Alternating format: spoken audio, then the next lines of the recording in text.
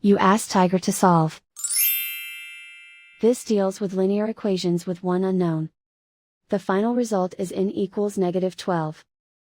Let's solve it step by step. Group all n terms on the left side of the equation. Add n to both sides. Group like terms. Simplify the arithmetic. Group like terms. Simplify the arithmetic. Group all constants on the right side of the equation.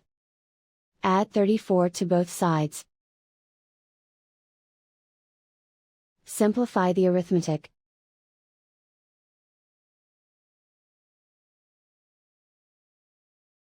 Isolate the n. Divide both sides by -4. Cancel out the negatives. Simplify the fraction. Move the negative sign from the denominator to the numerator.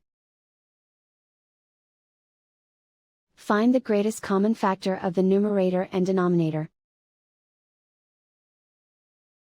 Factor out and cancel the greatest common factor. And so the final result is n equals -12.